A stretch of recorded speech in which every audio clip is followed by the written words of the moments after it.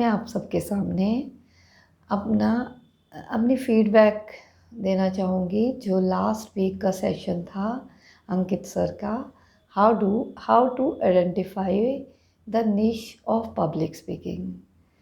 So thank you very much sir, आपने बहुत सारी वैल्यू ऐड की उस सेशन से हमारी ज़िंदगी में, और जो 20 पॉइंट आपने शेयर किए वो सारे ही बहुत अच्छे थे और लर्नेबल थे कि हमें वो सीखने चाहिए।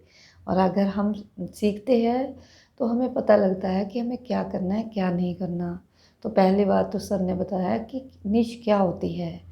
मेरे हिसाब से निश होती है कि हम किसी चीज़ को स्पेसिफिकली उस पर्टिकुलर चीज़ को सीखें जहाँ पे हम अच्छे हैं और हमें वो चीज़ करने में मज़ा भी आता है, और अगर लोग भी उस चीज़ के लिए इंटरेस्ट ले रहे हैं तो हम उस पर्टिकुलर निश से पैसा भी कमा सकते हैं। तो निश डिसाइड करते हुए हमें अपना पैशन देखना पड़ेगा और उस पर्टिकुलर चीज़ की जड़ तक जाना पड़ेगा।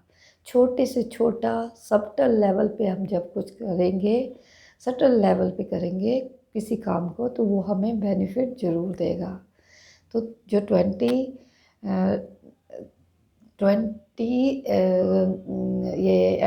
जो इसके वो क्या बोलेंगे कि जो 20 चीज़ें बताई सर ने निश के रिगार्डिंग कि पब्लिक स्पीकिंग में हम ये चीज़ें कर सकते हैं, वो मैं सारी की सारी आपके सामने शेयर करूँगी।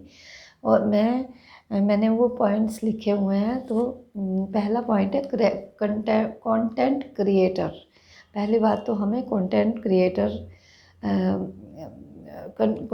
क्रिएटर हम बन सकते हैं। दूसरा है कि स्टोरी टेलिंग भी हम अपनी पब्लिक स्पीकिंग में यूज़ कर सकते हैं। और मैंने परवीन वाडकर सर का ग्रुप ज्वाइन किया, वो वहाँ पे भी मैंने सीखा कि स्टोरी टेलिंग बहुत ही ज़रूरी होती है हमारी किसी भी स्किल को इम्प्रूव करने के लिए। तो अगर हम समझते हैं कि वो तीन एस समझते हैं, सेटअप, स्ट्रगल और सक्सेस, कि पहले तो हमें एक पर्टिकुलर कुछ फ्रेजेस यूज़ करने चाहिए, फिर अपना स्ट्रगल पार्ट बताना चाहिए, और उसके बाद अगर उसी चीज़ के रिगार्डिंग कोई सक्सेस है, अगर तीनों चीज़ें शेयर करेंगे तो वो एक इफ़ेक्टिव स्टोरी होगी। तो स्टोरी टेलिंग हमें एक निश है। अगर हम स्टोरीज़ में अच्छे हैं बताने में, तो ये हमें वैल्यू ऐड कर सकता है हमारी लाइफ में।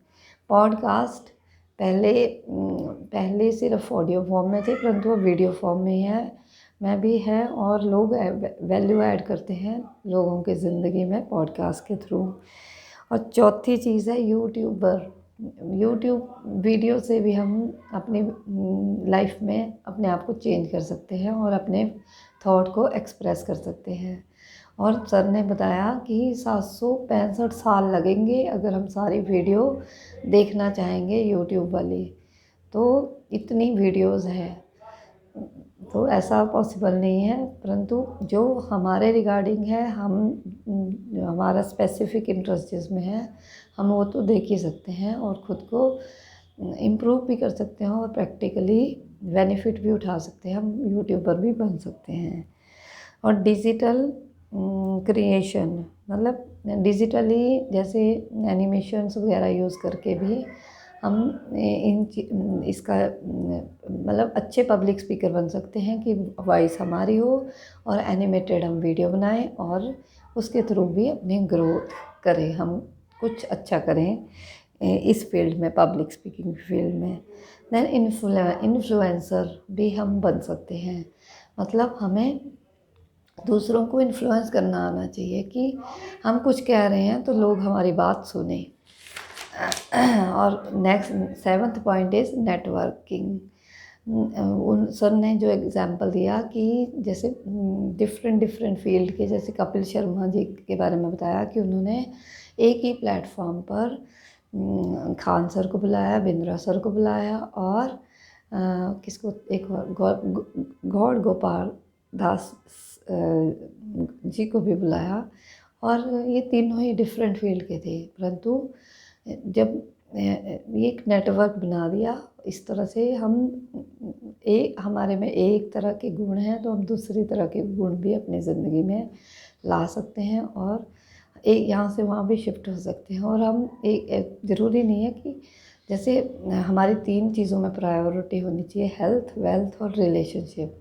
तो 3 डिफरेंट फील्ड है ये, परंतु अगर इनका नेटवर्क बनेगा तो हम तीनों को भी अपनी ज़िंदगी में इम्प्लीमेंट कर सकते हैं। हमें लाइफ में सिर्फ पैसा ही नहीं चाहिए, हमें लाइफ भी चाहिए। तो लाइफ के लिए जो जो ज़रूरी है उसको समझना चाहिए और इम्प्लीमेंट करना चाहिए लाइफ में।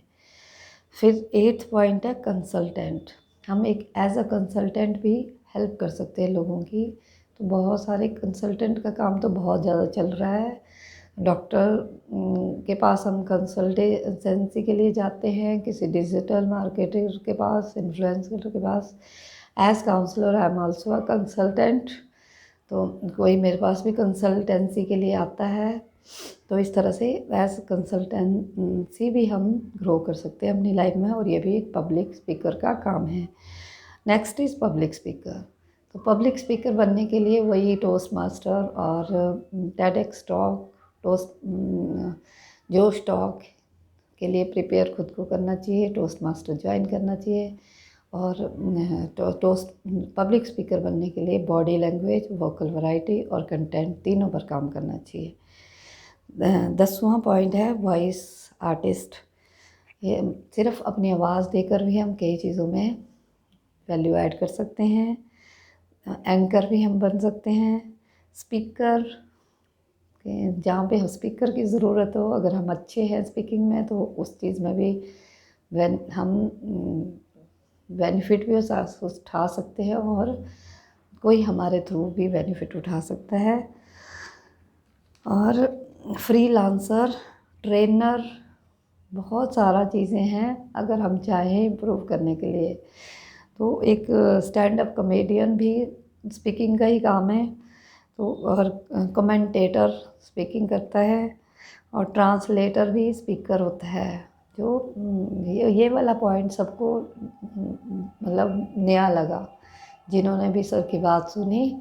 और सर ने भी अपना एक्सपीरियंस शेयर करके बहुत अच्छे से एक्सप्लेन किया कि ट्रांसलेटर जो है वो बहुत अच्छे पैसे कमा सकता है, बस बोलना आना चाहिए। हमें एक भाषा से दूसरी भाषा में कम्युनिकेट करना आना चाहिए और हम मतलब मध्यस्थ बीच वाले मिडल पर्सन का रोल अदा करके भी पैसा कमा सकते हैं। एक MOC बताया कि मास्टर ऑफ सेरेमनी, कि जब कोई परफॉर्मेंस होती है वहाँ पे भी एक जो स्पीकर होता है वो प्रेजेंट करता है, तो वो भी हम बन सकते हैं एज पब्लिक स्पीकर। और एक है रेडियो जॉकी, वो भी स्पीकर, उसमें भी स्पीकिंग स्किल्स यूज़ होती है। और लास्ट इज़ शेर व शायरी, कोट्स, और जो अपने थॉट्स हम प्रकट करते हैं। जैसे कि मुझे अच्छा लगता है कि पॉजिटिव थॉट्स अपने शेयर करो।